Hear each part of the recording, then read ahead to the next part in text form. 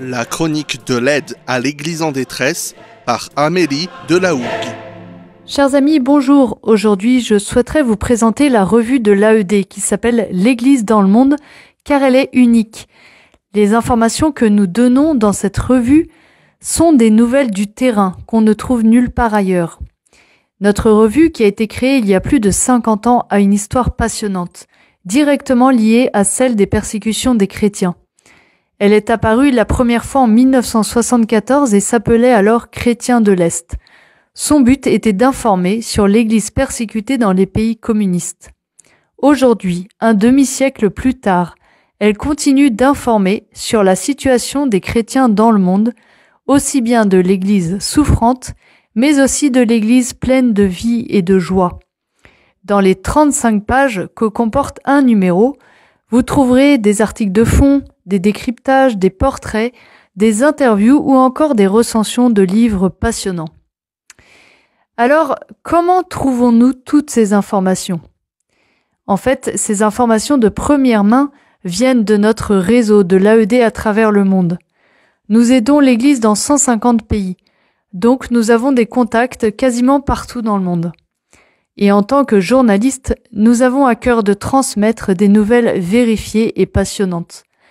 Notre volonté dans cette revue est d'être de véritables porte-parole des chrétiens, de transmettre leur souffrance, leur espérance et la vitalité de l'Église qui est pour nous une source inépuisable d'émerveillement. Monseigneur de Moulin-Beaufort nous a d'ailleurs remerciés pour les témoignages publiés dans cette revue qui permettent véritablement de communier avec nos frères et sœurs chrétiens dans le monde.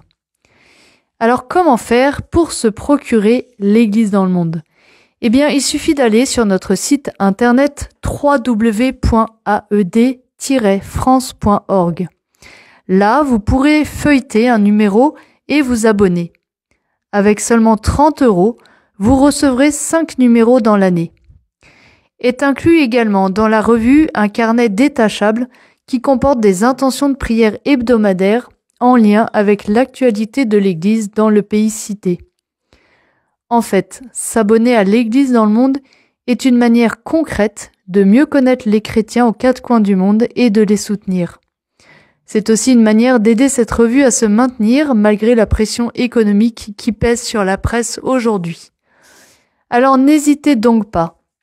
Abonnez-vous sur notre site ou envoyez-nous un chèque de 30 € pour demander notre revue L'Église dans le monde. Le dernier numéro qui vient de paraître parle de la Terre Sainte, de l'Église au Japon ou encore de l'Église en Algérie ou en Corée du Sud. Vous découvrirez plein d'articles passionnants, donc abonnez-vous et parlez de cette revue autour de vous.